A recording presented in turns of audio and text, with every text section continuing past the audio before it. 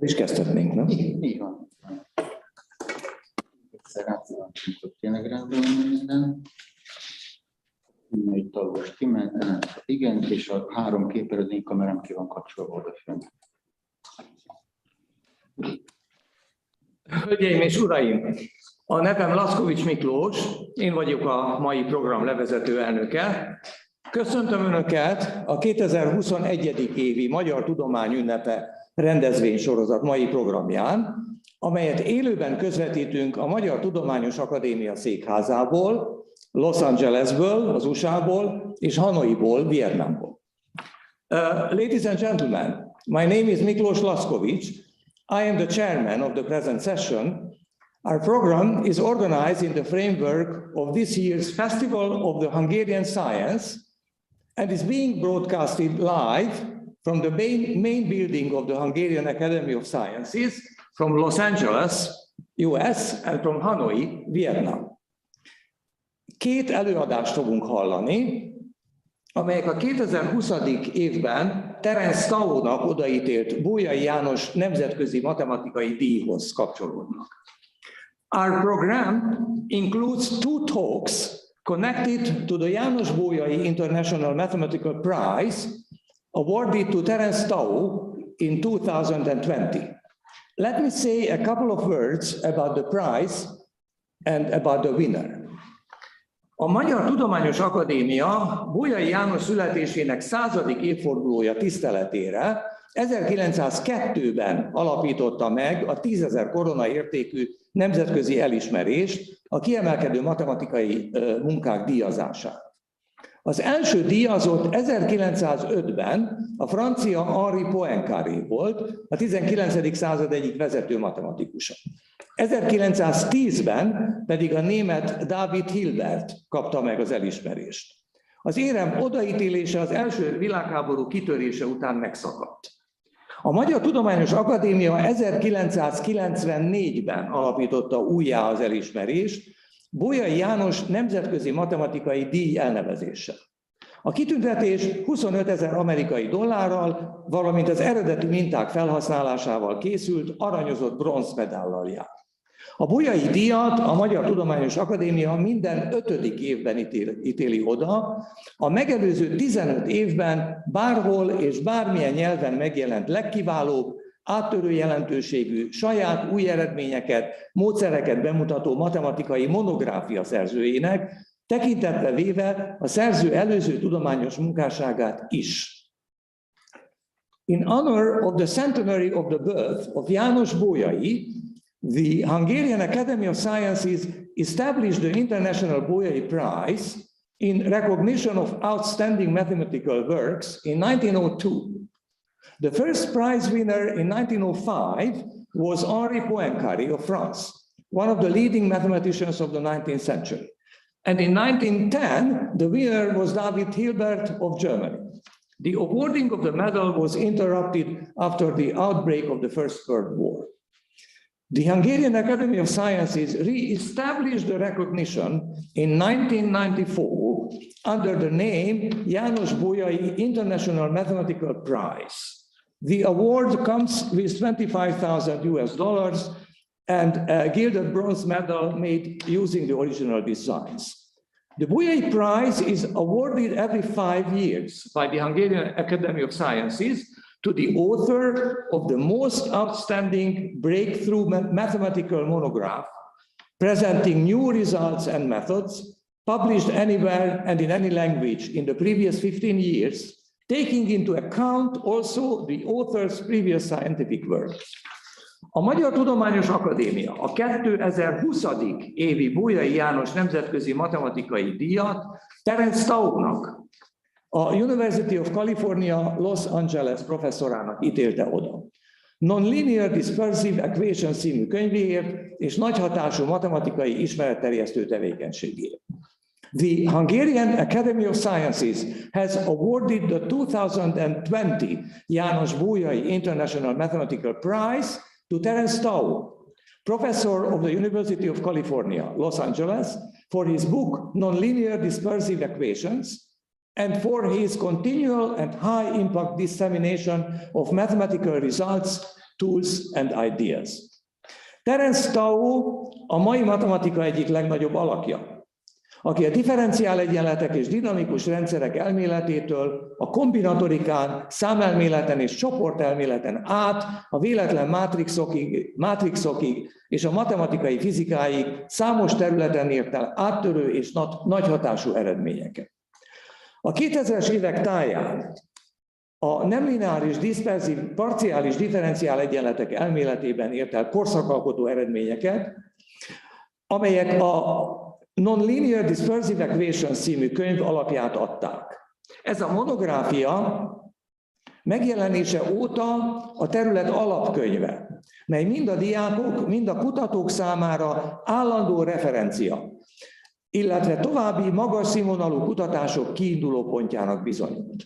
Az utóbbi 15 évben Terence Tao 12 egyéb könyvet is megjelentetett a legkülönbözőbb témákban. Ezek egy része népszerű matematikai blogján alapult.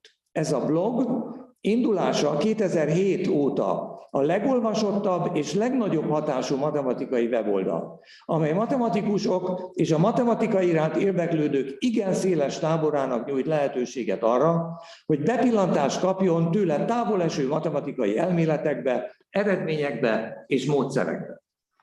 Terence Tao is one of the leading mathematicians of our time, who has made major contributions to a number of fields ranging from differential equations and dynamical systems through combinatorics, number theory, group theory, and mathematical physics.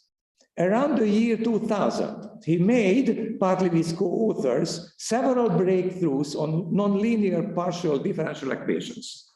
The highly cited nonlinear dispersive equations is based on many of those results.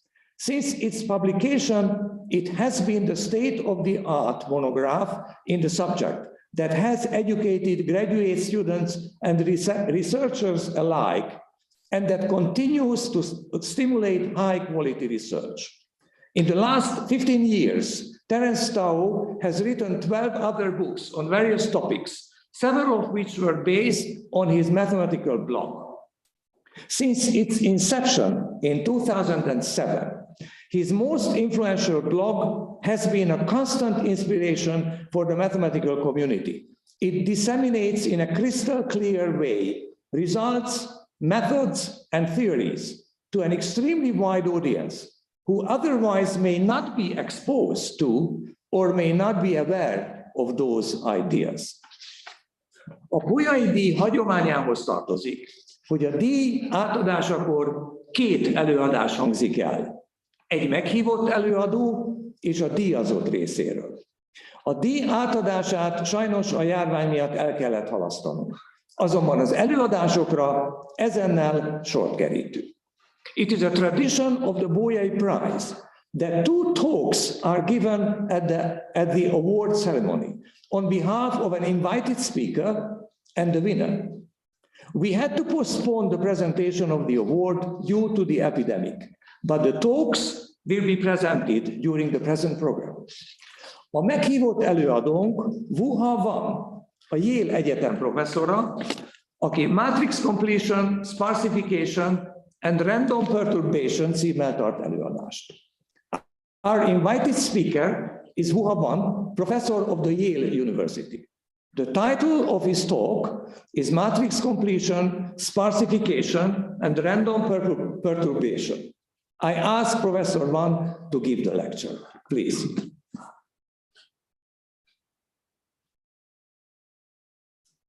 Your okay, yeah. Microphone, yes. Thank you. It's on now. Thank you very much. And first, I would like to congratulate to Terry for this very prestigious prize. And I would like to thank the Hungarian Academy for inviting me for this occasion. I'm really proud to be here as I was a former student in Budapest. Remélem, hogy nem kell mind a két nyelven előadni. I hope I don't have to give this lecture in two languages as Miklós does. Yeah, so the screen is shared. Yeah, right. So the lecture will relate to one of the topic that Terry worked on a long time ago, maybe 15 years ago or 10 years ago. It is matrix compression through the eyes of random perturbation. So, okay, so the starting problem is very easy to state, and it is a problem for for industry. It's the so-called Netflix problem, and it is simply to guess the rating of some person for certain movies, and given partial information about previous ratings. So you can see in this matrix that there are 5 persons here and 4 movies, and some of them saw some movie and give a rating, and the rest we don't know. Those are the question marks. And so the question is, actually the Netflix question is how to fill in these missing entries. And they create a big prize out of it, $1 million prize, and there's 1,000 of teams compete for the prize, and after like 2 or 3 years, some of them won the prize, and I think they reach accuracy of over 80%, which is quite impressive. Right. So the mathematical statement of this problem is that we have a signal matrix, say, of size n1 and n2, with some singular value decomposition, which is not so important right now. And we observe only part of the matrix. So we assume that we see each entry with some probability p. Say if p is the 110, then more or less we see 10% of the matrix, and the rest are just question mark, right? Yeah, and the goal is to recover the original matrix either exactly or approximately from this random observation. So here one assumption we make is that the observation is independent from each other. And there are plenty of problems like this, not only the Netflix one, from real life. You can see any recommendation system is of this type. People want to review products and want to, offer products to you. So they actually want to know how you like the product, right? For social network, people want to recover an entire network from a few observations. So Flick is one example when the matrix is formed between users and group of interest. So we know a few people have certain interests, and we want to guess the rest. Data imputation, when in data collection, is often bad and incomplete, say like health care data or insurance, and you want to make assumptions about people. Or also in engineering, the problem like localization from incomplete sensor measurement. So we measure distance between sensors, but we can measure only like 10% of the distances, and we want to guess the rest. So there are plenty of problems like this coming in all fields of applications. So clearly, if we don't assume anything, the problem is infeasible. And the most common assumption people make nowadays is that the matrix have low rank. So N1 and N2 can be huge, of order like 10,000 or even million, but the rank of the matrix is maybe 50 or 100. And the intuition is that when we have the low rank assumption here, then we will need much less observation than just simply the size of the matrix to recover it. For instance, in the movie rating problem, the movie ratings may be determined by only 50 or 100 features, like the age, the gender, the occupation of the person.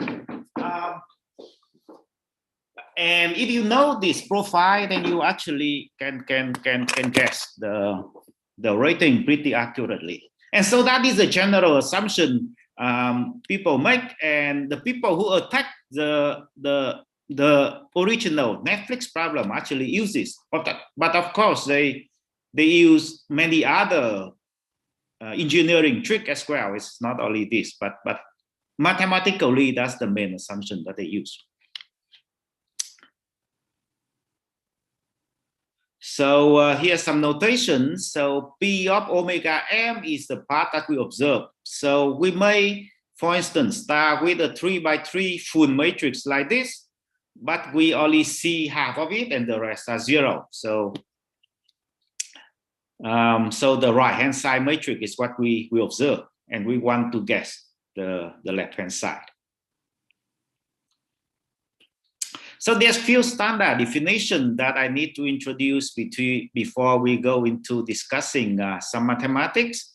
So these are just standard one for, in matrix theory, we have the spectral norm, the infinity norm, which is the largest entry, Frobe's norm, and I will use shorthand n for the maximum between n1 and n2. And usually people assume that n1 and n2 is of the same order of magnitude.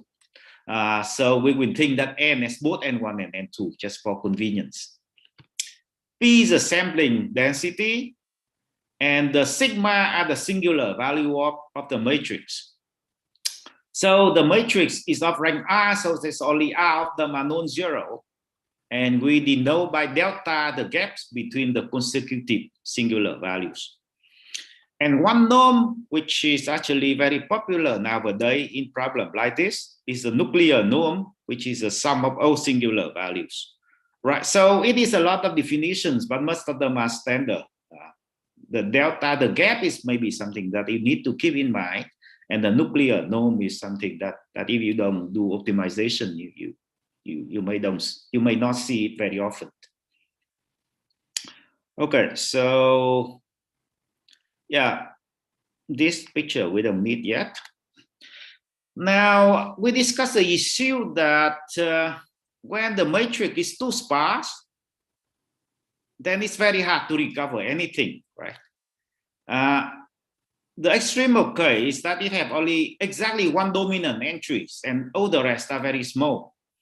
And P is little of 1, then actually you never catch the dominant entries, and then there's no chance to recover the matrix in any way, I mean, even in the approximate sense. So something needs to be assumed further beyond the low rank assumption. And in this regard, Candace and Reich introduced the notion of incoherence. So there's an assumption about the structure of the matrix in order to avoid this kind of bad cases. So this definition is complex and it changed from paper to paper, but I will try to grab it into one slide. So, but the intuition behind this assumption is that when the incoherence is small, the principal subspaces is not closely aligned with any standard basis element. And therefore, the observed entries provides approximately the same amount of information. So we will sort of avoid this bad case when everything is concentrated on the few entries. Yeah, and here there's some notation that I need to use quite often is P of U. When U is a subspace, and P of U is just a projection, orthogonal projection onto that subspace. Yeah, so basically we want P of U times the basis vector to be small for any standard basis vector. Yeah, so here's the assumption by itself. You may not want to read it very carefully, but I will tell you what it means. So the first one is the normalization of the length. So the first one basically say that, well, in some sense that the entries of each singular vector is small. And actually, let's take it this way. We have R singular vectors. So put them together, it forms an R by N matrix. So every row except of length 1 because they are orthogonal, form an orthonormal system. So every column you expect that they have rank square root of r over n. And the first actually assumption is say that they have to be basically of that order, off by at most a mu1, factor. The second one is sort of something very similar to that too. The third one is a stronger one, namely say that they are not only of order square root of r over n, but they actually concentrated around r over n, square root of r over n. And furthermore, it says that if you take any two columns, different columns, then they are more or less orthogonal as well. So each column have to be of the right length, and they are more or less orthogonal to each other. So this is a pretty strong assumption. So this is what I just said, just repeating it. So each column have the right, have the length not too long compared to the bridge. And if in the assumption number 3, actually, they have to be more or less of the right length. And then the columns are orthogonal as well. And usually, actually, it's pretty hard to construct this kind of matrices, at least we use a random construction. So it is already an interesting math problem in itself. Okay, so now talking about the algorithms, the goals of the algorithm is to recover the matrix, of course. And we can talk about either exact or approximate recovery. And for each purpose, there's a huge amount of literature. So in this talk, I'm going to focus on exact recovery only. Of course, we care about the running time and simplicity of the algorithm because people do use this algorithm in practice, not only of writing paper, but you can make a startup out of it even. One issue that has been discussed a lot is the sparsity of the data. That actually how many observations is enough to recover the matrix, say exactly. Right? It is clear that for exact recovery, we need to get observation in every row and every column. Right? So if you have a O0 row or column, then you have some freedom to write in there. And by the coupon collector phenomenon, we know that we need about n time log n observations, at least n time log n observations to achieve this purpose. So there is some limit that people actually try to push for. So here are the three, the three purposes of the algorithm. That have an exact recovery and have a quick running time and simple algorithm for as sparse a matrix as possible. So I'm going to discuss two approaches to this problem. The first one is the convex programming. I think Candace and Wright first consider this. And this is quite natural if you think about this. So we see a matrix, we see a partial matrix, right? And we know that they have low rank. So the natural way is to optimize, try to fill in the rest of the matrix in order to make the rank of the matrix as small as possible, right? Now, this turned out to be an NP-hard problem. So people do the alternative thing that you don't try to minimize the rank, but you minimize the sum of the singular value. And this is a trend in optimization that people quite often replace a discrete optimization, which is usually NP-hard, to the continuous optimization, which can be solved. And this turned out to be possible. The running time is on small matrices are quite quick, but on bigger matrices, you need a strong computer.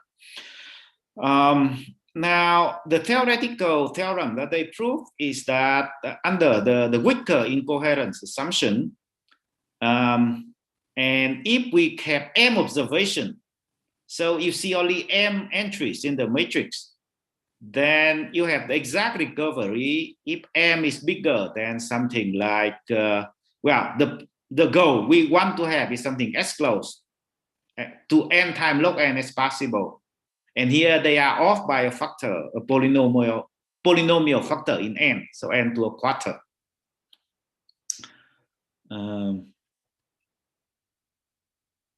And next, Candace and Tao proved an improvement that actually remove that n to the quarter. Say you will lose something in the power of the log, but that's okay. And then, but I think they need to use a stronger incoherence assumption. Yeah, and so from this sense that the algorithm run very well already. Like yeah, you almost achieve the minimum bound on the sparsity of the matrix. Yeah, and one can use convex programming with noisy data as well. So I just briefly discuss it because it's something that happened in practice. Like you don't even observe the partial information, you observe that partial information with noise. So yeah, so even what you see is blur already. But if you know something about the intensity of the noise and have some bound on this, then you can do the same approach, like minimizing the nuclear norm subject to this bound on the noise. And for that, Candace and Plan prove, you know, when there are noise and you cannot expect to be to have exact recovery, you have to suffer some, you know, some error, and then they can make this error quite small. Okay, so this is the convex programming approach that try to maximize, to minimize the nuclear norm of the matrix conditioned on what you already saw. So the second one, which is also popular, is a spectral method. It starts with using, you know, eigenvectors and eigenvalues. It starts with a very simple observation: is that because M have small rank R, then it equals the projection of itself onto the space spanned by the first R singular vectors, right? Because the rest do not carry any information. Now, if we take our observed matrix and scale it up with the density, we have some matrix, other matrix M prime. So here's an example. I start with this 3 by 3 matrix. I keep half of the entries, and I scale it up by a factor of 2, right? So I multiply the 5 here with 2, I have 10, and 8 here with 2, I have 16, and so on. So that's my M prime.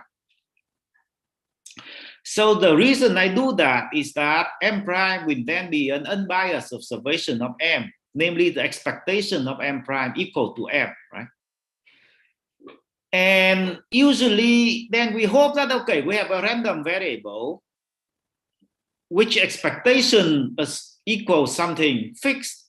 Then we hope that every function of that variable will behave as a function of the mean. Right? So in the back of our mind, we hope that the projection of M on PR would be approximately the projection of M prime on PR prime. Right? So PR prime is just the subspace spanned by singular vector of M prime. Now, which is sort of, you know, but this projection is not exactly a Lipschitz function or something very nice like that, but there's still some hope. Now, if we know that the expectation of M prime equal to M, then actually I can write M prime as M, the sum of M and a random matrix with 0 mean. Right? In fact, by the way we generate the observation, this will be a random matrix with mean 0 and independent entries, which we can define as independent entries. Now these entries are not IID, but somehow they are independent, and in many cases they are of the same order of magnitude. So somehow we can apply the general random matrix theory to this already. It doesn't have to be a Wigner matrix. Now the key bound here is something people in numerical analysis call the Davis-Kahan sin theta theorem. That tell you that if we have two matrices, then how to bound the distance between these two projections, right? So I think of that two projection as, you know, as two operator and measure the difference between these two operator, right? Two linear operator. And the Davis-Kahan theorem tells us that this is bounded by the norm of the noise, the spectral norm of the noise, divided by the gap between the singular value, which is the dimension of the projection, and the next one. So if we project on S dimension, then we look at the gap between the S singular value and the S plus first singular value. Now let me explain, actually not explain, but give you a feeling about this theorem through a nice example. Why we have this delta S here.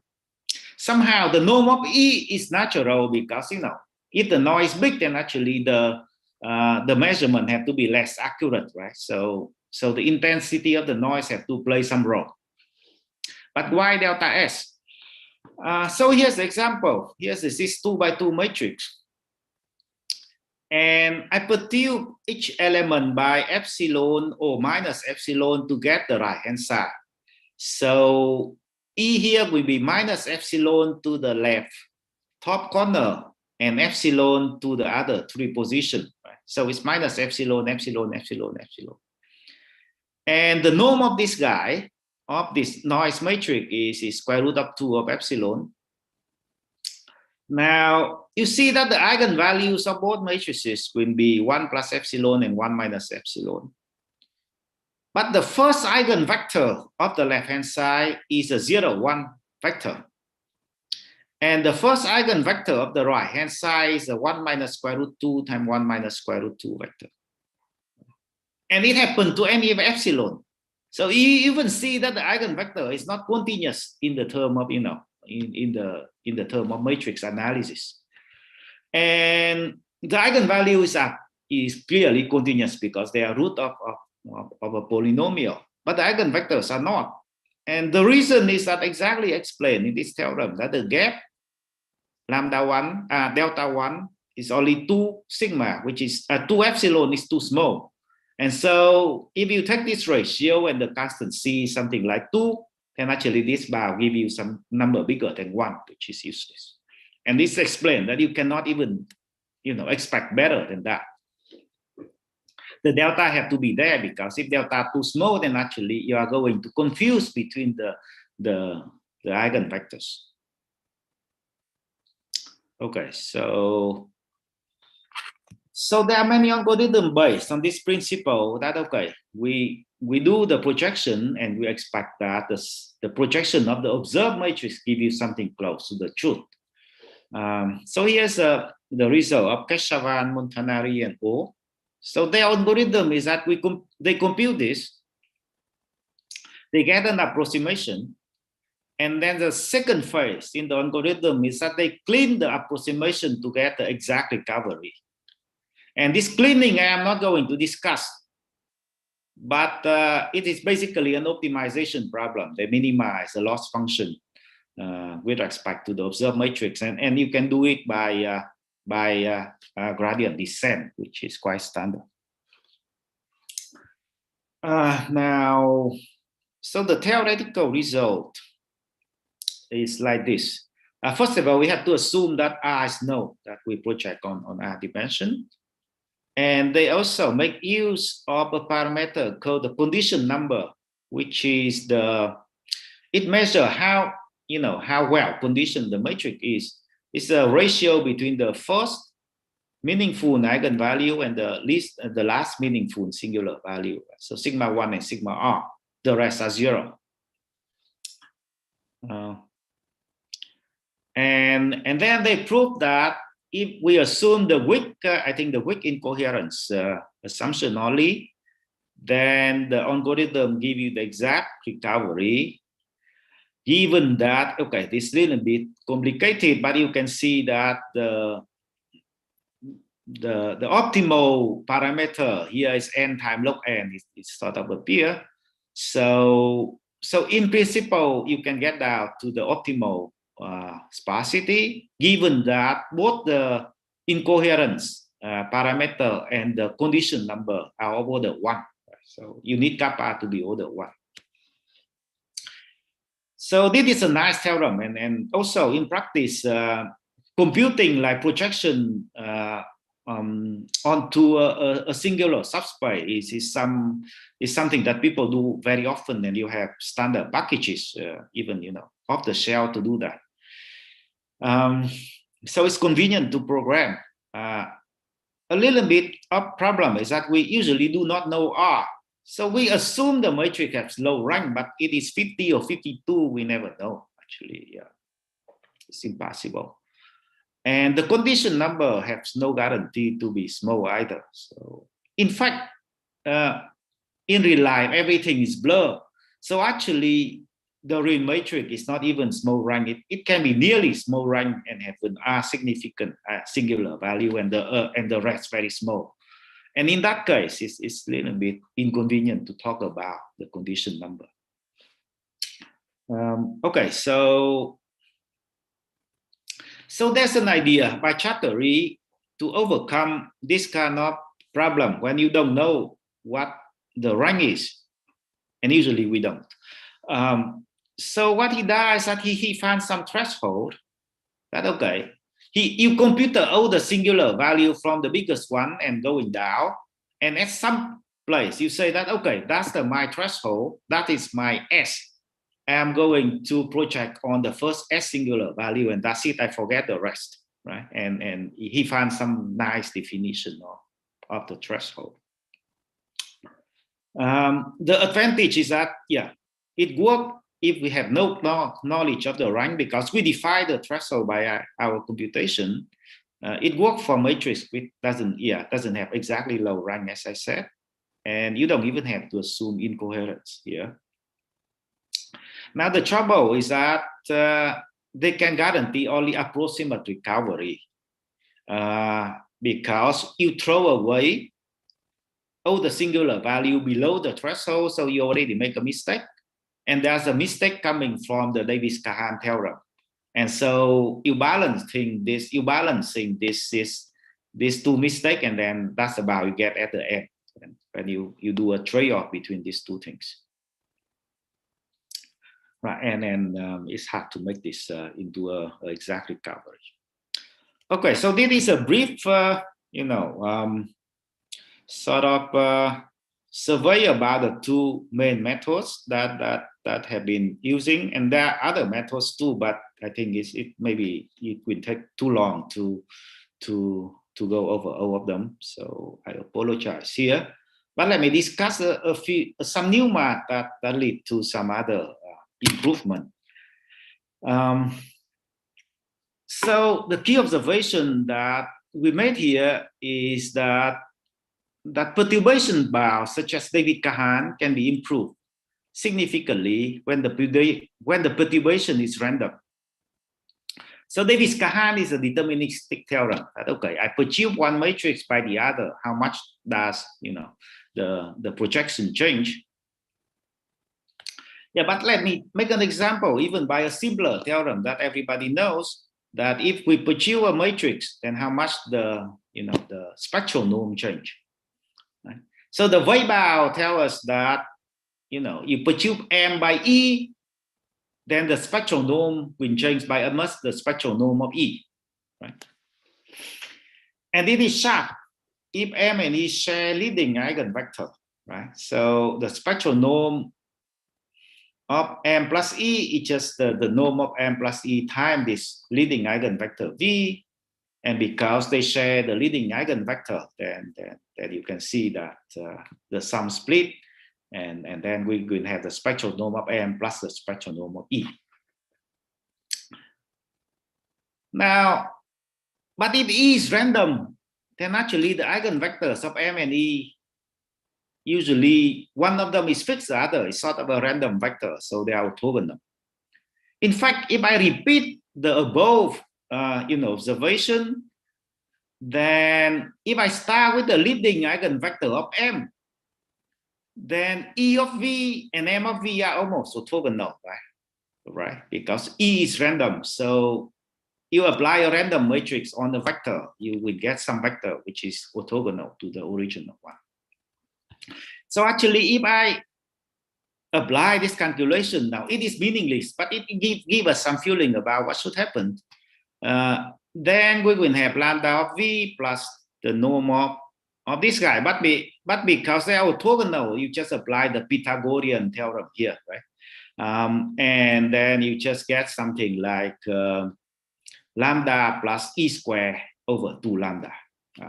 So you don't get E, you have E squared over 2 lambda, which is something we expect to be smaller because usually lambda is a dominating one.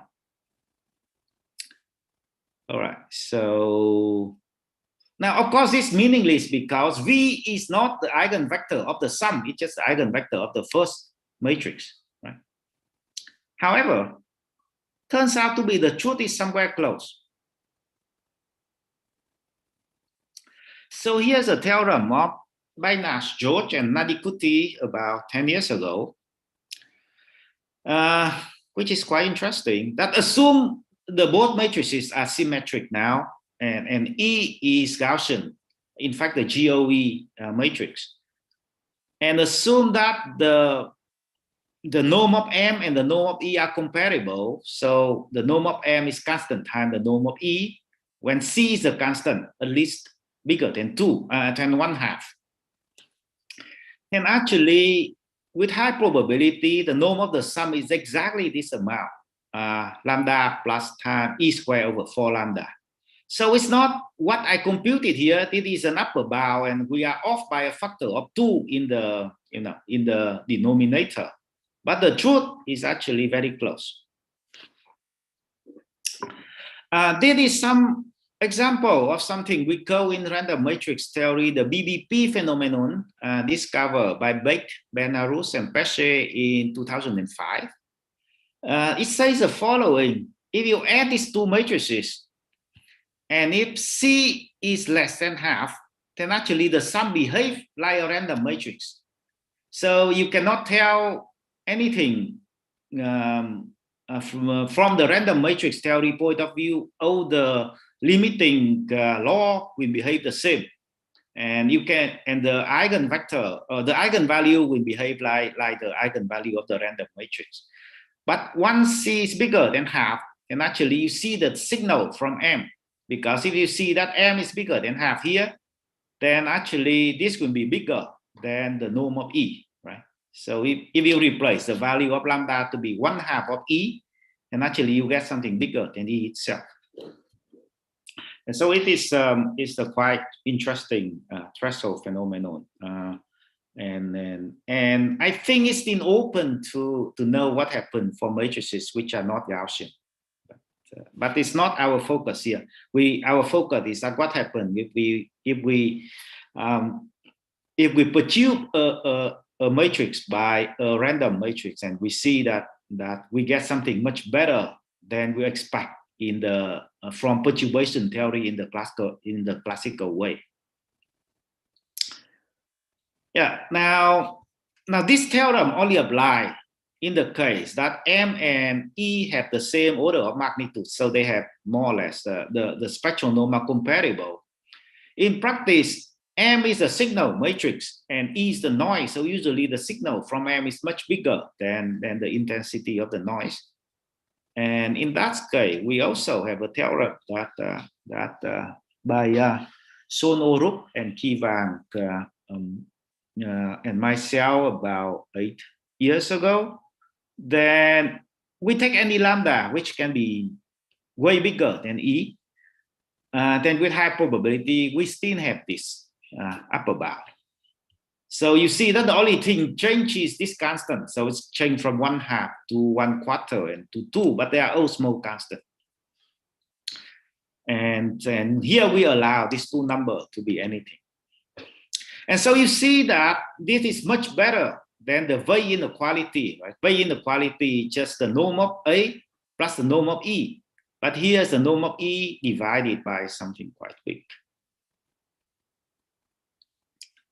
Okay, so now the Ring theorem is not about the wave inequality, but about the gap between the projection.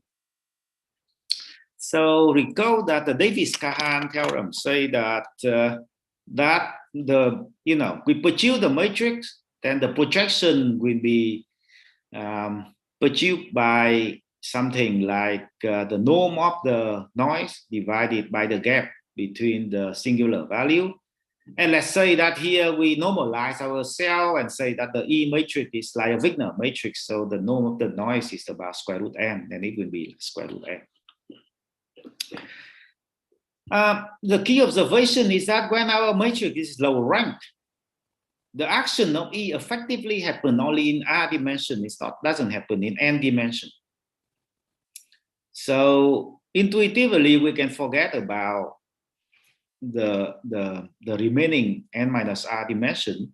And so if we believe that sort of naively, then we would hope for square root R divided by delta S rather than square root N divided by delta S. Right, so we may replace this square root of the matrix dimension by the square root of the ring dimension when the action happens. Now, of course, the saying of the action happen is very vague, but somehow that was the leading intuition. And so we work on this for a while, and so it's an ongoing process because, but basically here's what we were able to prove. Okay, so we just look at the bow. The formulation is sort of messy, but the bow is basically we have this R square root of R over delta S off by some log factor.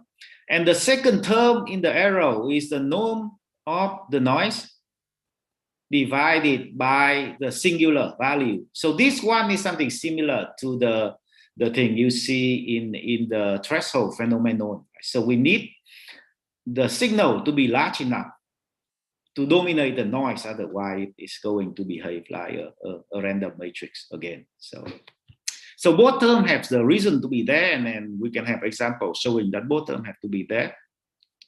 In the result back in 8 years ago, we have an extra term which is not so important in practice, but actually a little bit worse than the second term. So we work on it, and we believe we can remove that term. So that is why it is a continuing theorem. Okay, so how to use this in the back to the matrix completion problem, the Netflix problem. So we can use this to Bragval, who is a current student of mine, and I managed to use this to bound the projection, but not in the L2 norm or spectral norm, but in the infinity norm. So we can bound this projection entry-wise. So we not only know that two matrices are close, the matrix we compute and the hidden matrix at the beginning are close, but they are close on every entry. So here's the assumption we need. We need the small rank, and we assume the rank is constant just for convenience. And the entries are bounded integers. Okay, so the extra assumption we need is that the entries are integers, which is usually, well, it is true for the Netflix problem and many recommendation problem that the rating are integers. And in many real-life problems, we usually keep the data of 1 or 2 decimal places. So if you want integer, you just multiply everything with 10. So under this condition, we observe that the Frobenius norm of the matrix is order n squared.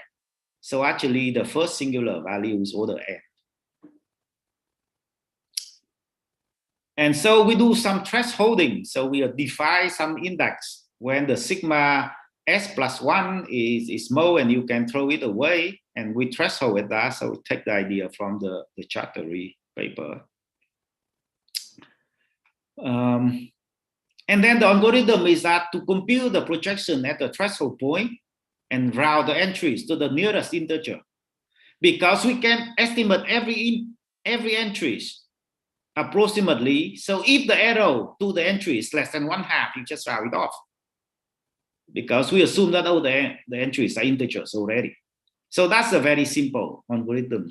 The basic part of it is just to compute the projection, which you can use standard packages.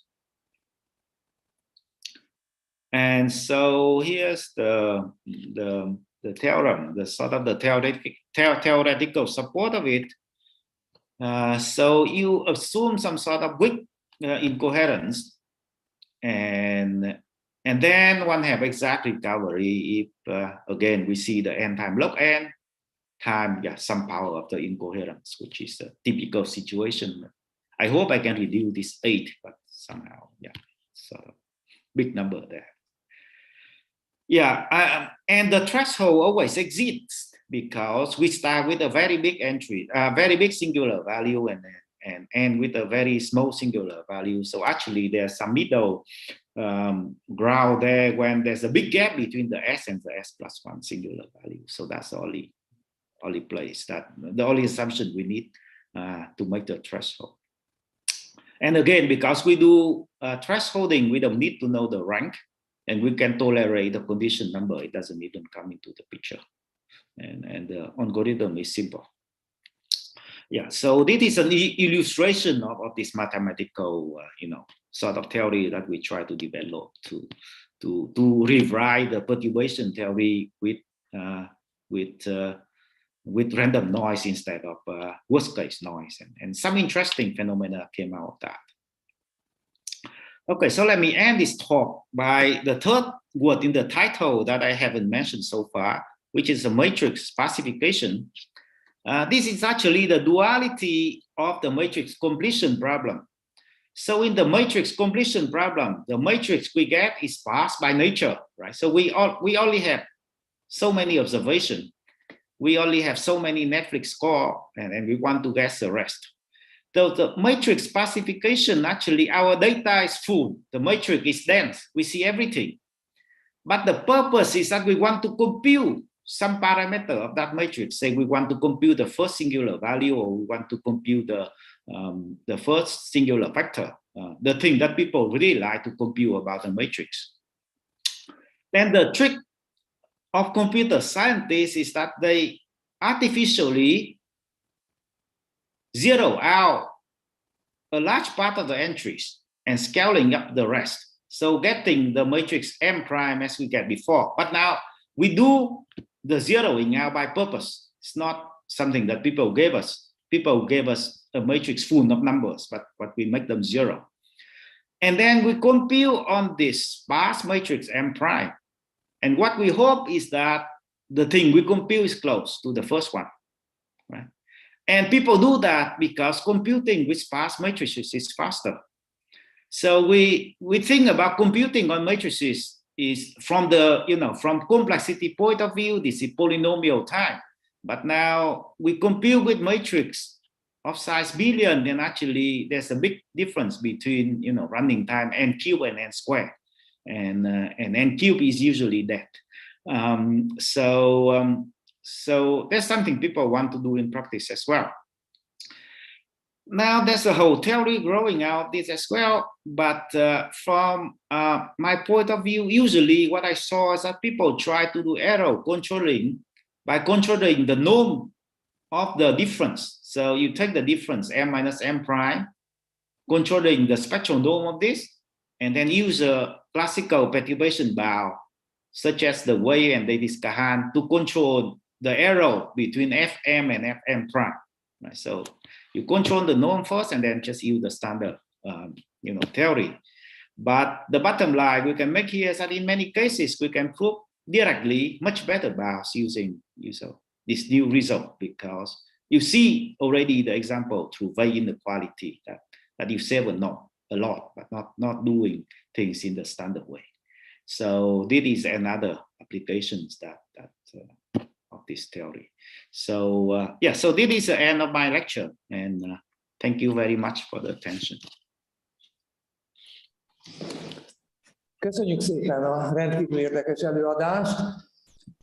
Ez az alkalom sajnos nem kedvez annak, hogy mi most diszkuszióba vagy kérdésekbe bocsátkozzunk, de gondolom, hogy a cikkek elérhetők és lehet velük konzultálni.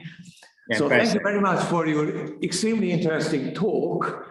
Unfortunately, this occasion is not very proper for discussion or questions, but I guess that your papers can be reached, maybe even those that will appear in 2022. Is that correct?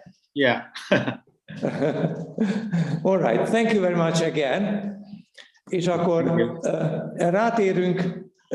rátérünk Terence Tao előadására, aki Universality and Possible Blowup for Incompressible Fluid Equations címmel fog előadást tartani. So we turn to the talk by Terence Tao. The title of his talk is Universality and Possible Blowup for Incompressible Fluid Equations. I ask Professor Tao to give his talk, please. Okay, well, thank you very much. It's a great honor to be nominated by the same prize that was awarded to Hilbert and Poincaré. That's really quite scary, actually. Okay. And also thanks to Van for just, it's great to see how this field has advanced since like the 10-15 years since I last worked in that area. So that was a great update. So I'm going to talk about a quite different topic. It's a long-term dream of mine to say something about fluid equations, and in particular, this notorious Navier-Stokes regularity problem, which informally can be phrased as sort of like the question: can water blow itself up without any external force? Is it some initial state of water that develops singularity in finite time? And this is a question which fascinates me. I believe the answer is yes. And I kind of have like 1/5 of a program to do that, but I'm missing like the other 4 pieces. But anyway, so this is what I want to talk about. So mathematically, we model incompressible fluids such as water, usually by the Navier-Stokes equations, which are expressed here. So the main unknown is the velocity field u. So at any time, from 0 to some final time t, at any position in space, the fluid is moving at some velocity, which would be a vector. So u is some function from time and space to velocity. But there's also pressure. Okay, different parts of the fluid experience a different pressure because of the of incompressible effects. So there's also a pressure field, which is a scalar. At any point in time and space, there is a scalar pressure. And it turns out that under idealized conditions, the fluid obeys two equations. The second one is just incompressibility.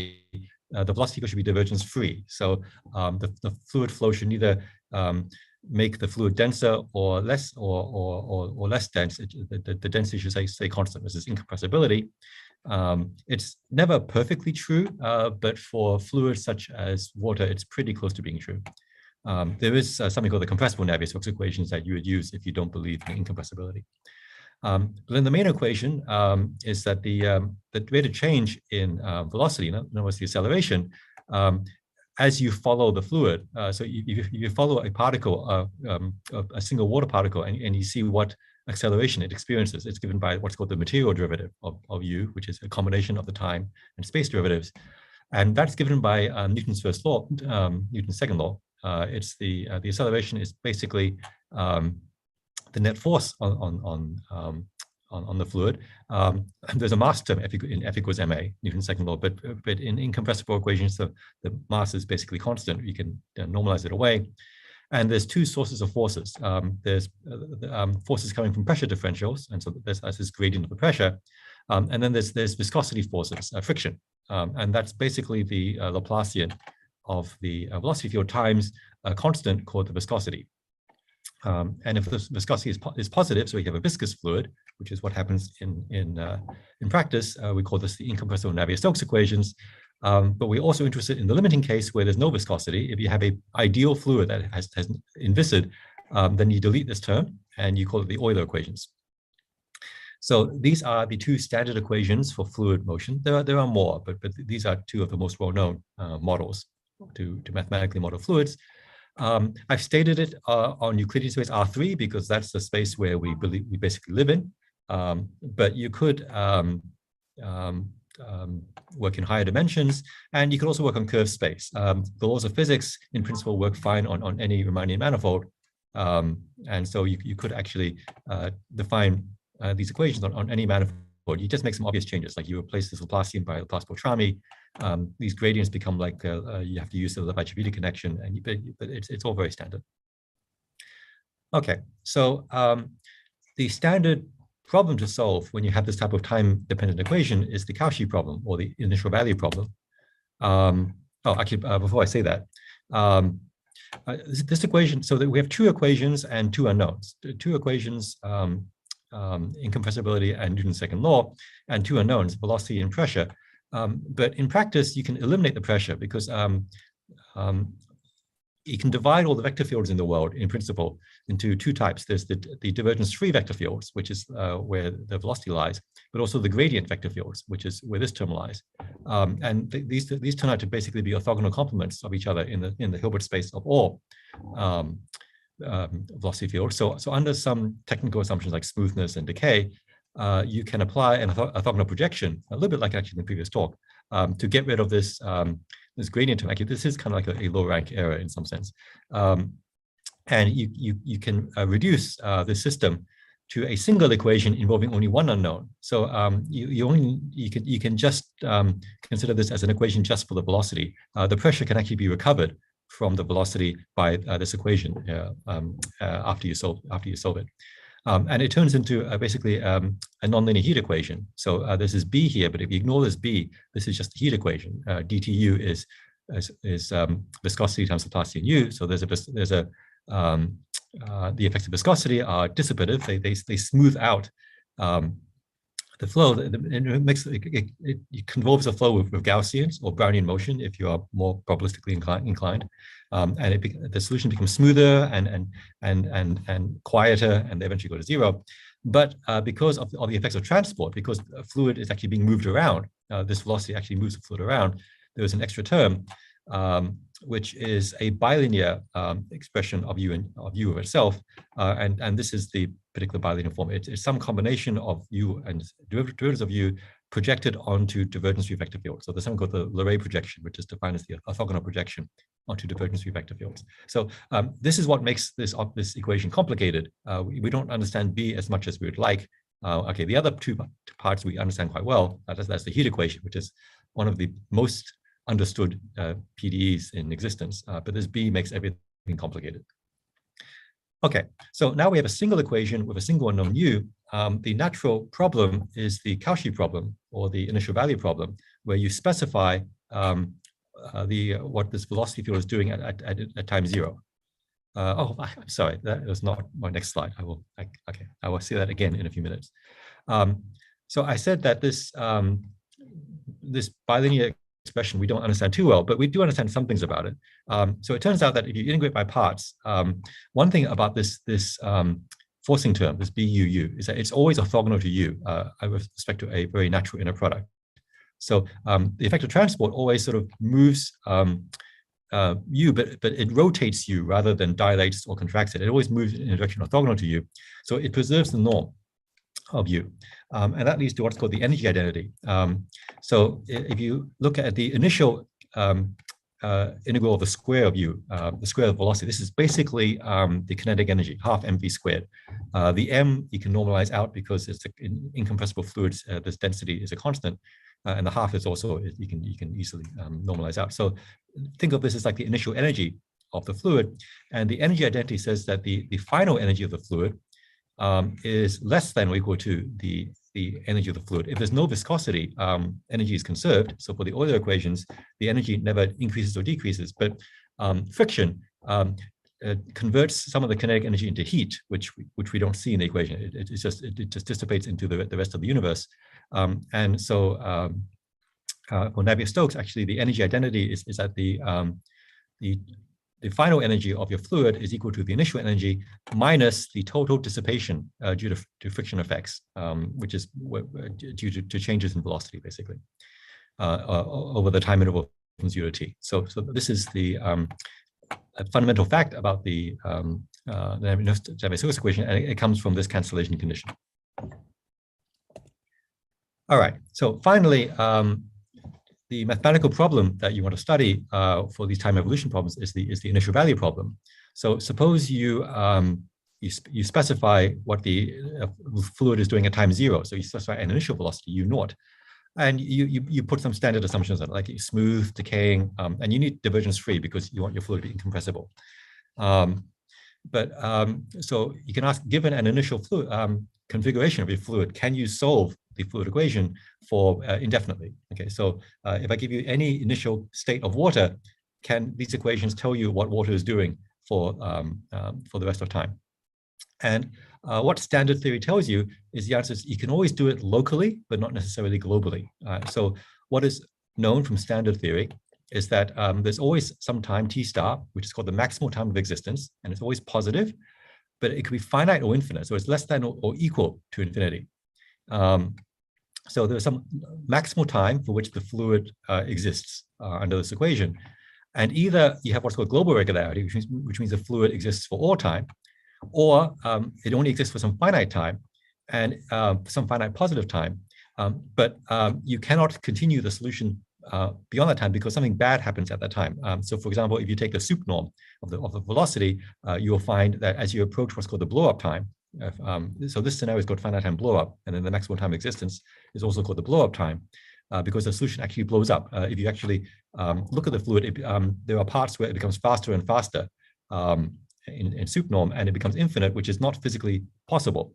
And so informally, the water explodes. Now, it doesn't explode everywhere because the energy has to stay bounded by the energy inequality. So the integral of the energy of u squared stays bounded. So this blow-up tends to occur only in very small regions of space.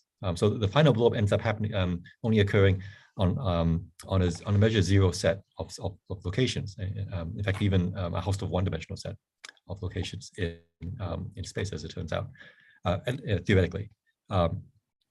Okay, so this is the state for the situation for R3, and the same machinery works in fact on any manifold in any dimension. You always get a local solution, and it exists for some maximal time, which is either infinite or finite. But in the finite case, the solution blows up. So physically, something very bad happens. Now, of course, in real life, fluid, water cannot actually achieve infinite velocity. For example, relativity stops it from exceeding the speed of light. If the finite blow-up time scenario happens, this does not mean that actual fluids like water actually become infinite. What it means is that the Navier-Stokes equations stop becoming a good model for reality. The Navier-Stokes equations are not a fundamental law of nature. They are an approximation to laws of nature, and they're only valid under certain assumptions. And finite time blow-up means that the fluid is exiting the regime where those assumptions are holding. So the big open question, the notorious open question, is that for either Navier-Stokes or Euler, for either of these two equations, you have the same dichotomy. And the question is, can you actually blow up in finite time, or do you always have global existence? So roughly speaking, this is asking whether our models of fluids can stay accurate for all time, or do real-life fluids eventually exit the regime in which our differential equation models are accurate? Okay, so in this subject, one of the first things you do when you study these problems is that you turn to what's called the scaling heuristic, or the dimensional analysis heuristic.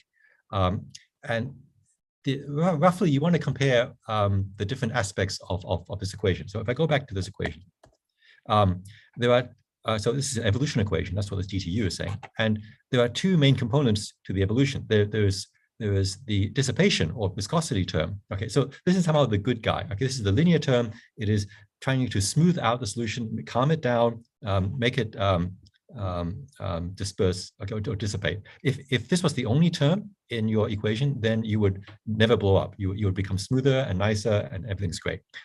This is the nonlinear term. This is your enemy. Well, it's your potential enemy. It could also be your potential friend, but it could be potentially larger. It could dominate the dissipative effects. And in principle, once you have a nonlinearity in the equation, you can achieve blow up in finite time. For example, Berger's equation is a very simple model of one-dimensional flow, and it achieves what are called shocks in finite time, singularities, and potentially I mean, it's incompressible, but you could, in principle, create some sort of incompressible shock if you only had the nonlinearity. In principle, if the nonlinearity sort of chose to always behave in a bad way.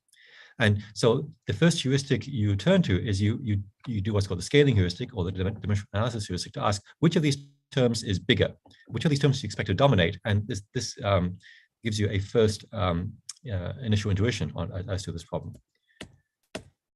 So so this is not rigorous. We now do some informal back of the envelope calculations. We suppose that at any time t, your velocity field u is oscillating at a certain frequency n. So you take its Fourier transform and you suppose the Fourier transform is concentrated at frequencies of magnitude n, or equivalently, at least morally equivalently, its wavelength, the scale, the distance between oscillations, consecutive oscillations, should be like reciprocal of the frequency, 1 over n of t.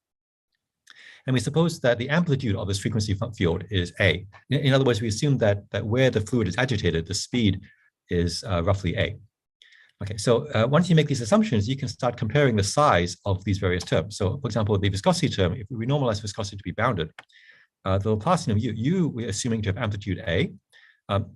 Every time you differentiate, that's like multiplying by frequency or dividing by wavelength. The derivative of sine kx is k cosine kx. You're basically multiplying by the frequency k. Informally, intuitively, the Laplacian of u should be roughly n squared times a. Okay, so that's how big the good term is, the viscosity term. Whereas the bilinear term, which is the projection of u grad u. Now this projection is bounded, let's just ignore it. U and u have size a, and gradient is like multiplying by the frequency. So we expect this term to have size by na squared. Okay, so the linear term is of size n squared a, and the nonlinear term is of size na squared. So the question of which one dominates depends on which is bigger, the frequency or the amplitude.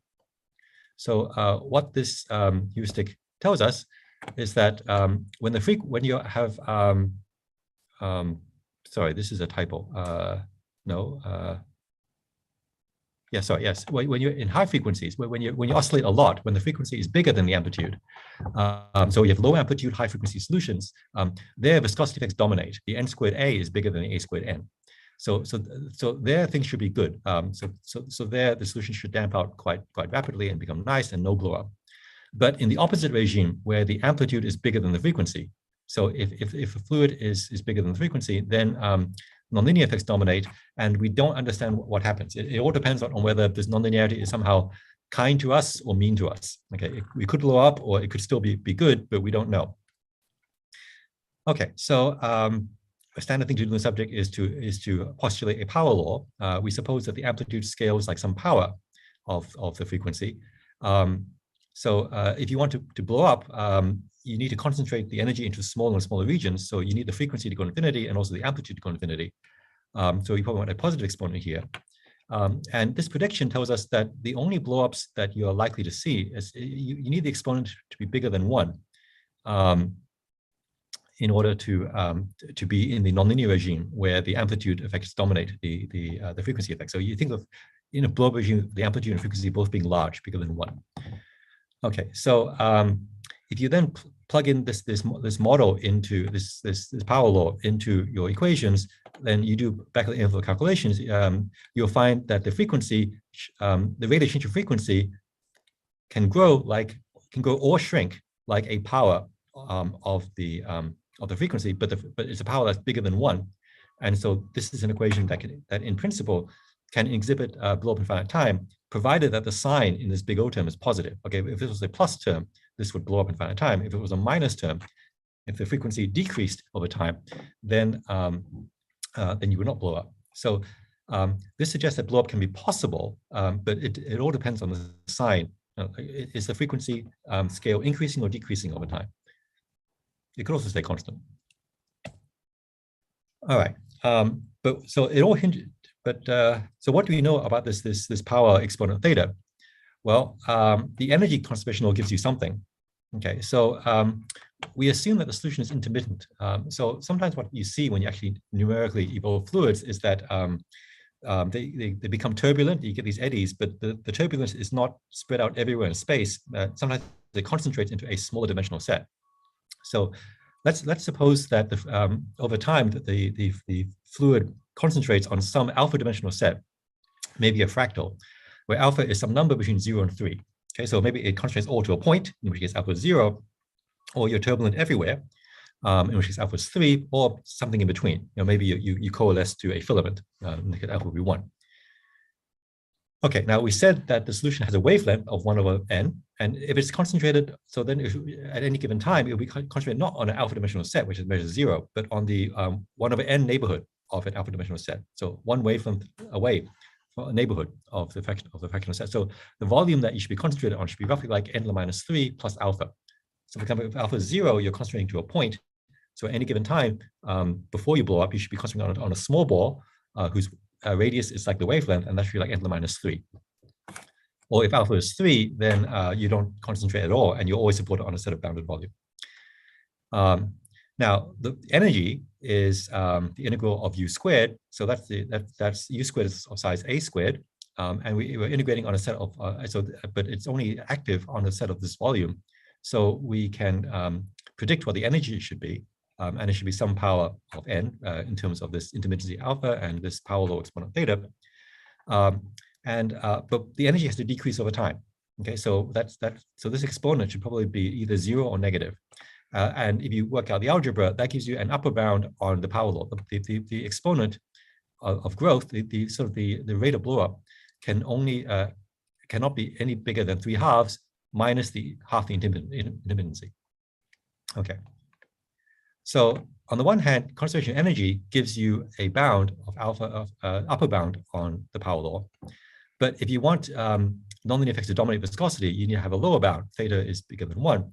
And you compare these two constraints, and what you see is that they are only consistent. So the blow-up scenario is only theoretically possible in principle if alpha is big enough. And so this alpha has to be, I'm sorry, that is, so yeah, so when you have high intermittency, when alpha is spread out, bigger than 1, these conditions are not compatible. But if you're concentrating into a small region of small dimensional region of space, like alpha is less than 1, then there's some room between the upper and lower bounds so that blow-up becomes potentially possible.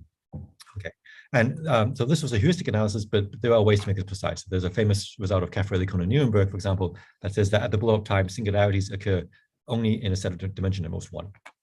In fact, even one-dimensional Haskell measure is 0. Okay, this also tells you what the most extreme blow-up scenario would be. If you want to blow up as fast as possible, if you want theta to be as big as possible, the most violent blow-up would occur when theta is 3/2 and alpha is 0. That's the biggest that theta can be. So here, what's happening is that at any given time, your solution is concentrating into a very small ball, and all the energy is going in there. There's almost no dissipation, and the dynamics are always geared towards making the solution concentrate its energy into smaller and smaller regions. Of course, at first glance, this contradicts incompressibility. The fluid is incompressible. You can't compress a large ball of fluid, which is incompressible, into a small ball of fluid. But what needs to happen is that the large ball of fluid needs to transfer its kinetic energy to a small ball of fluid, and the small ball receives all the kinetic energy, or 99% of the kinetic energy from the big ball, which then kind of calms down. So there has to be this cascade of energy transfer from coarse scales to fine scales. So this is the worst scenario of blow-up. This is a model case of that we would like to see whether it can happen or not. And with our current level of technology, we cannot rule out this scenario, that the possibility of violent blow-up concentrating at just one point in some sort of self-similar fashion. At each stage, the fluid is agitated at some ball, and this fluid activates, converts all its energy transfers its energy into a smaller ball, which then does the same thing over and over again. Okay, so if that happens, then we will have a rather violent finite time blow-up, but we cannot exclude even that most extreme blow-up scenario, let alone all the other blow-up scenarios that are consistent with this analysis. So this problem is famously open. There's $1 million prize by the Clay Institute for its answer, which is it's hopeless of current technology.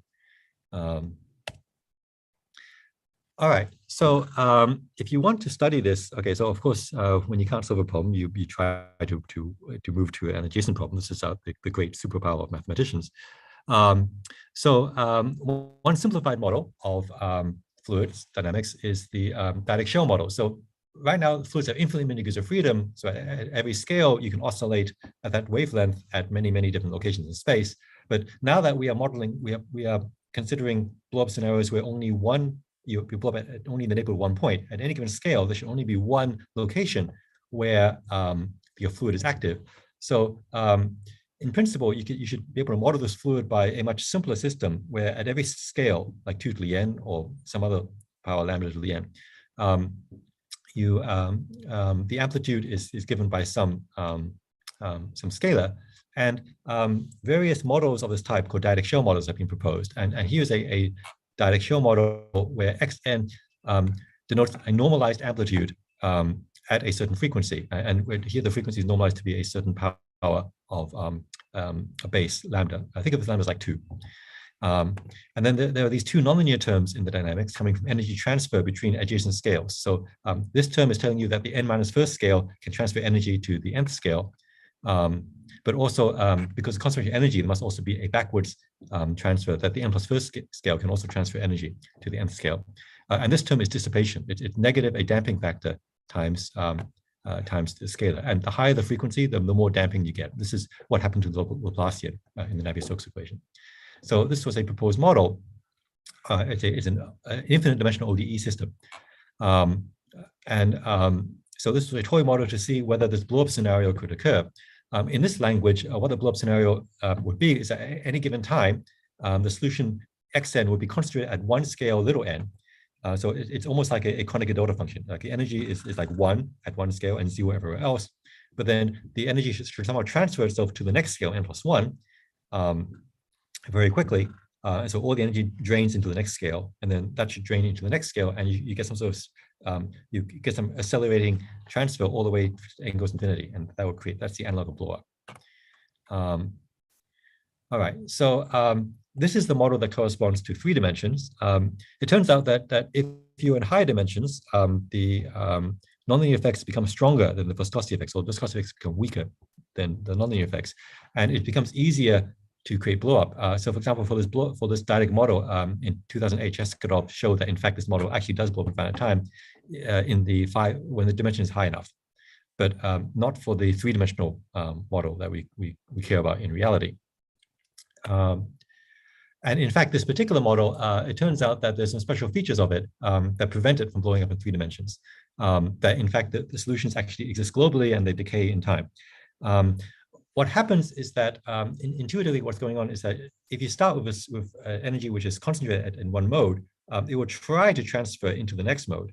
But then the energy will be split into 2 modes. And then before the energy transfer is complete, the energy in n+1st mode will then immediately try to transfer into the n+2nd mode, and then transfer into the n+3rd mode. And the amplitude of the energy will spread out over many different modes simultaneously. And the problem is that as the amplitude goes down, eventually it goes down so fast that the viscosity effects take over. And so there's a spreading between modes, which causes viscous effects to dominate. And this is what Barbato, Morandin, and Romito exploited to show that in fact you can get global regularity here. So that was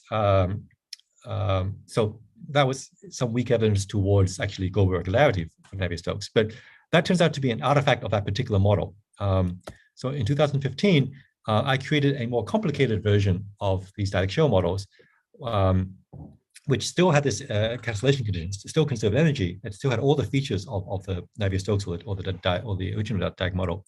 But I programmed in a delay. So the energy would still transfer from the nth mode to the n+1st mode, but then I forced it to wait. There was another mode that somehow blocked it from moving to the next mode until the previous transfer of energy was complete. So you waited until all the energy from n, the nth mode, transferred into n+1st. Actually, just 1 minus epsilon in my paper, not 100%. But anyway, you transfer almost all the energy to the next mode, and then only after all the energy is transferred do you somehow open the gate to the next mode, and then you start again. So the evolution is this punctuated equilibrium where the solution does nothing for a while, and then it suddenly contracts into a smaller ball, and then it waits for a while for all the energy to sort of gather itself, and then after a delay it contracts again.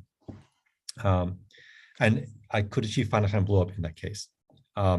When you convert it back into fluid equations, it created a moderate and what I call an average Navier-Stokes equation, where I did not get the full fluid nonlinearity, but I only kept some parts of it. I averaged out some parts that I didn't want. A little bit like sampling a matrix and only seeing some of the entries, sort of. But I created an averaged, but so a weaker nonlinearity, but selectively weaker, for which I could actually get blow up.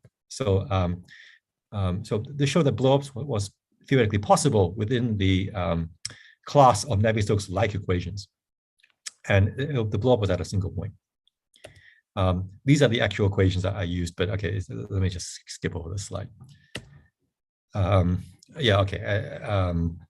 This is a slide. So instead of having one mode at every scale, I have 4 modes at every scale, and there's most of the energy is just going down here, but there's these extra modes which are sort of closing and opening gates.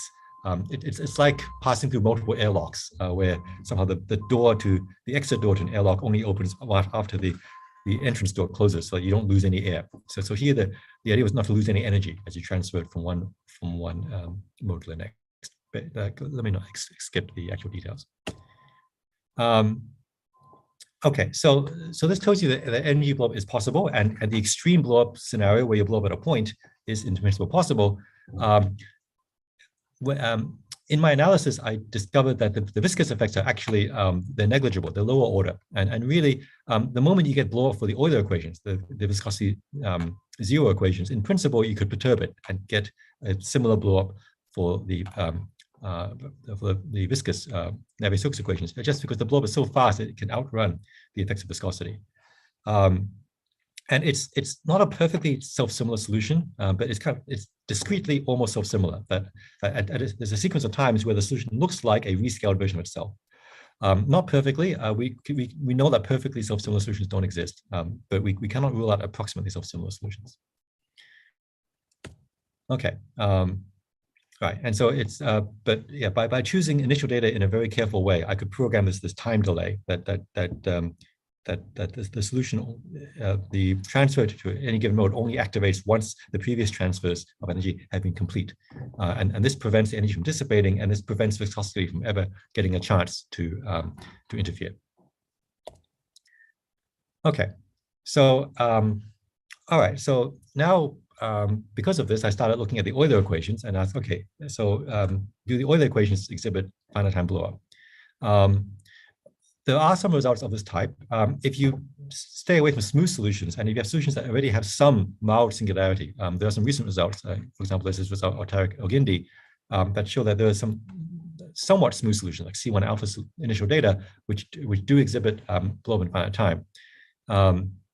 But unfortunately, they rely very much on having some initial singularity at time 0. It does not appear that these methods construct smooth solutions, which is what you need to do perturbation theory to get similar blow up for Navier-Stokes. And there's some other constructions in like if you work on a boundary of domain, and if the domain has a singularity, you can exploit that. There's also a method called convex integration that can be used to construct quite low regularity solutions that are pathological, but these don't seem to be applicable for our problem. Now here, the Euler equations, they are harder to exhibit blow up in some ways. I mean, they're easier in some ways because there's no viscosity, but they also have more conservation laws. In addition to conservation of energy, the Euler equations, they're more geometric. They obey many more conservation laws. There's something called Kelvin's law of circulation, that if you take a loop in space, a closed loop, and you compute the total circulation, so you integrate u against the normal direction of the loop. So you measure how much the fluid curls around this loop, which is also the integral by Stokes' theorem. It's also the integral along the surface, any surface spanning the loop of the viscosity, vorticity, which is defined to be the curl of the velocity. Then these little circulations are preserved by the flow. Like if you take a loop and you just let it be transported by the fluid, the circulation actually stays constant. So there's lots of little conservation laws, one for each loop. So there's a lot more conservation, which constrains the dynamics a lot more. And there's a larger class of Euler type equations, which I won't, they're defined using differential geometry, but I think I will skip the precise definition here, which also obey this law of constant circulation. But what I was able to show is that within this larger class of Euler type equations, you could still create blowup. Okay, so the Euler type equations look like this, but I think I will not go into detail on exactly how they're constructed. So maybe I'll just skip to the picture. The blowup I constructed is what's called a vortex neck pinch. So what happens is that at any given time, the fluid develops these sort of vortex streamlines. Like if you look at a tornado or a whirlpool, all the velocity is spinning around some central axis, and that's an example of what's called a vorticity line. And so there's sort of a tornado of vorticity lines, but so the fluid is spinning sideways around this sort of cylinder, but the cylinder is being pinched.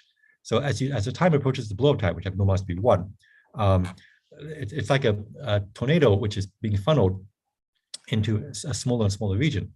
I chose my Euler type equation in such a way that at the pinching region, the fluid is pushing its energy into the vortex lines are being pushed towards the axis of symmetry here.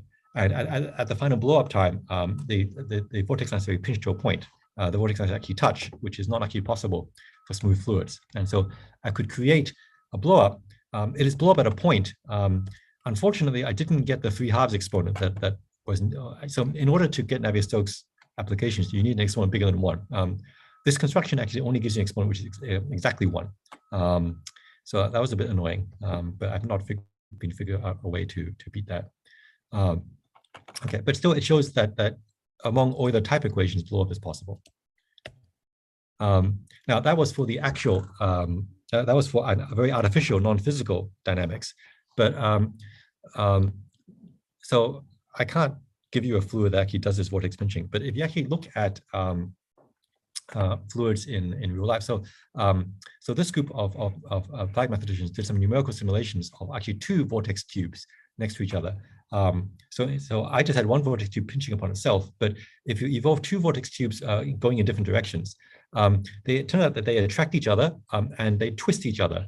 So that at a later time, these 2 vortex tubes become a more complicated, entangled collection of tubes that are thinner and closer to each other.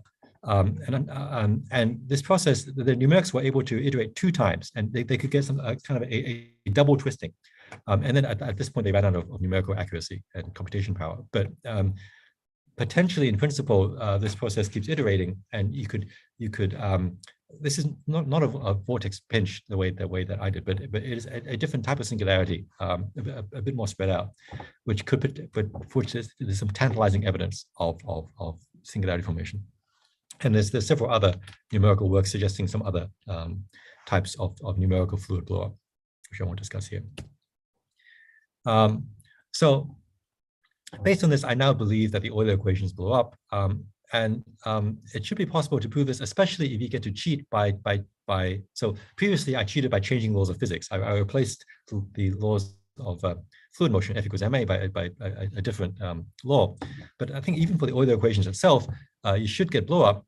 But maybe the way you have to cheat is you don't work on flat space. You change the curvature of space, and maybe just from the curvature of space, you could keep nudging the your fluid to concentrate and become more singular rather than disperse. Like maybe if you have the right sign of curvature or something. So I believe there should be some smooth manifold in which you can create smooth solutions that decay infinity. So finite energy solutions. You can create blow up if you have infinite energy, but that's not super interesting, and it's kind of obvious actually. If you have an infinite energy budget, you can make all kinds of explosions. Yeah, the challenge is to make a finite energy solution blow up. The reason why I believe this is possible is that once you get to change the metric, then you can basically engineer your space. You can create you can make some regions of space run very fast and some run very slow, and you can connect them in interesting topological ways. It's like how you can assemble a circuit to do computation out of logical gates. And so the belief I had, and I proposed about 5 years ago, is that once you change the metric, these Euler equations should become, in some sense, Turing complete or universal, that any Turing machine that you want to run can somehow be encoded as an Euler equation flow in some suitably chosen manifold, which is somehow, the manifold is sort of the hardware that encodes the software that you want to program. And the software we want is a self-similar blowup, some sort of fluid configuration that stays where it is for a while and then contracts to a smaller region, and then that stays for a while and then contracts to a smaller region. So there's a specific program I want to run. So I believe that the Euler equations have enough programming universality that we can actually program a blowup for at least one choice of manifold. So I started working on this a few years ago. So I started to see what kind of equations I can encode into Euler flows on fluids. So the first thing I was able to do by an algebraic construction is that if you take a quadratic ODE, so if you take partial derivative of u equals some bilinear form of u and u, where now u is not infinite dimensional, it takes place in a finite dimensional vector space, and b is any bilinear form obeying the same conservation law that the Euler equations do, then there is some way to embed this ODE into the dynamics, into the Euler equations on a manifold, that the Euler equations contain as a special class of solutions that are whose dynamics is conjugate to this dynamics. So for example, if I could make these equations, if I could find a solution here that blew up in finite time, I could embed it into the Euler equations, and I could solve my conjecture. I could get solutions to the Euler equations in finite time that blow up in finite time. But unfortunately, because of this conservation law and because of the finite dimensionality of this vector space, these solutions never blow up. They stay bounded for all time, unfortunately. Basically because on a finite dimensional vector space, all norms are equivalent. So in particular, the L2 and infinity norms are equivalent. The bigger the dimension vector space, the bigger the dimension is manifold. So I can't take a limit and get an infinite dimensional space unless I use an infinite dimensional manifold, but that's cheating. Okay, so that was the first result. I will skip, it used some explicit calculations on Lie groups, but maybe I will skip the actual construction. Another thing I was able to show is that you can approximate any flow pretty much by an Euler flow. So if you take, for example, on a torus, you take any flow on a torus, which is an incompressible flow, any time-dependent flow. It may not solve the Euler equation. It's just some dynamical evolution of a fluid.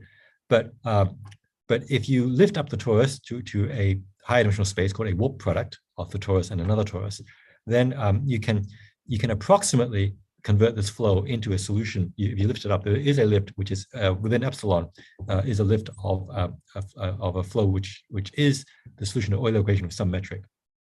So, for example, there are flows that are chaotic, and so any perturbation of them is chaotic, and you can lift them up and you can sort of construct Euler flows that are chaotic this way.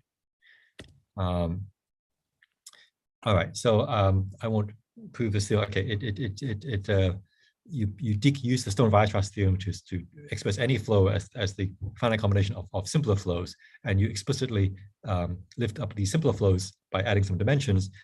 And if you want to take a finite linear combination, you just add lots and lots of dimensions, and you can eventually approximate any flow. But the catch is that the more complicated the flow, the more dimensions you have to add. Okay. Time-dependent flows are the ones we really want to study, but a simpler problem is to study stationary Euler flows. So velocity fields that don't evolve in time. So like, for example, a steady tornado, would just be a fluid that circulates around its axis, and if there's no viscosity, it will just rotate forever. So there are these stationary flows, and they have to obey one condition, technical condition called geodesibility, that they have to be geodesics of some metric. But it was shown by a bunch of authors in 2019 that actually, conversely, every vector field which obeys this geodesible necessary condition is the solution of a stationary Euler flow. So if I give you any kind of tornado type thing, it may not be compressible initially, so you have to lift it up incompressible. So you have to lift it up to a larger dimensional space. But if you add a few more dimensions, it always comes from an Euler flow. And here they actually used some high-powered geometry. They used a theory of what are called Reed vector fields in contact geometry. But one of the corollaries they had was quite nice, is that they constructed for the first time a stationary Euler flow, which was a Turing machine. So they constructed some weird sort of stationary tornado type thing in a high dimensional space, with the property that any Turing machine can be encoded so that your Turing machine and your input becomes some initial data in this tornado, and you put a test particle in this tornado and you flow it. And there's these two regions, yes and no, in space. And you ask, is this particle going to hit the yes region or the no region? And it'll hit yes if your Turing machine holds. And actually, I guess you don't need the no. You just need the yes or the stop region. That if your dynamics reaches the stop region, it will do so if and only if a Turing machine holds. So you can encode a Turing machine as the trajectory flow of some stationary Euler flow. Now, this isn't exactly what we want, because we want actually the time evolution of the Euler flow to be Turing complete. This is just a separate flow, which is you have a stationary Euler flow, and you just take a particle and you just follow the flow lines. It's related, but it isn't exactly what we need. But it was proof of concept. It was first done in high dimensions, but in recent years, there are low dimensional examples. In particular, I think last week there was a construction even in flat space R3 with no change, with no curvature in the metric. Although the catch was that this flow unfortunately had infinite energy. Okay. Another thing that they showed is that in fact, you can get rid of this geodesimal condition. In fact, any vector field on an odd dimensional manifold, there's a topological result that you can deform, you can homotopy any vector field into a stationary flow. And here you don't need to lift the manifold into a big high dimensional manifold. So as a consequence, Cardano was able to construct stationary flows that are chaotic in a certain dynamical sense.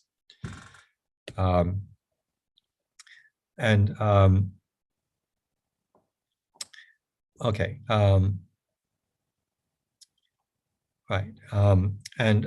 The result I had, where previously I could embed quadratic equations, ODEs, into Euler flows. It was strengthened this year by Torres this year that if you take any flow on a compact manifold, you can approximately model it by an Euler flow in a higher dimensional manifold. There's some high dimensional flow that models any flow on a compact space that you wish. So you can create, again, Euler dynamics now that are chaotic in various ways, because you can construct chaotic flows that are stable under small perturbations. And so that you can have things like flows with positive entropy, for instance. This builds upon my previous result. You use, again, the Stone-Weierstrass theorem to approximate a general flow by quadratic flows, and you use my embedding theorem and a lot of direct calculations. And then finally, in the last few months, this group of authors has actually constructed a Turing machine for the flow itself. So there is some fixed manifold, and such that the dynamics of the Euler flow on that manifold are actually contained inside them a Turing machine. There's a universal Turing machine, so if you want any Turing machine to hold or not, you can encode it. Each program and initial data input becomes some initial state of a fluid, and you flow the fluid, and if the fluid reaches a stop state, right, then if and only if the Turing machine holds. This actually disproved a conjecture. So their construction is actually analytic, and it was believed that analytic flows on a manifold could not be Turing complete, but actually they can be. So in particular, they can be undecidable, for instance. All right. So that's where we're at now. So we can actually make fluid computers now. We can actually have fluid flows in high dimensional spaces that encode computation. Unfortunately, there was a problem which I didn't fully appreciate until recently, that in order to get this finite time blowup, you need some scale invariance of your system. So the reason, for example, why my previous blowup results could be proven is because the Euclidean space R3 has a scale invariance, that its behavior at fine scales behaves like behavior at coarse scales. But unfortunately, once you curve space, manifolds are not scale invariant. The small scale behavior of a manifold actually looks more like Euclidean space. It does not replicate the large scale behavior. So we can create machines that do whatever we want at a single scale, but once you pass to a smaller scale, I don't have the analogous construction to keep the evolution going. I mean, unless I somehow rescale the metric with me, but then I will create singularities. It would not be a smooth manifold anymore. That's cheating. I still have hope that there's something can be salvaged. Like if you take some sort of warped product of a flat space which has scaling and then some extra compact dimensions which don't scale, maybe some combination of this of these two geometries will do something. But I haven't been able to do that, but I hope to do so. I keep trying. Okay, so that's it. Thank you very much for your attention. Thank you very much. Thank you very much for the fascinating talk. I really appreciate it. And I call the attention of the audience to the fact that we can watch both talks again on YouTube. And I am sure that several of us will do, because both were extremely interesting. And also, I appreciate the fact that you were giving these talks early morning in Los Angeles and late night in Hanoi. We really appreciate that.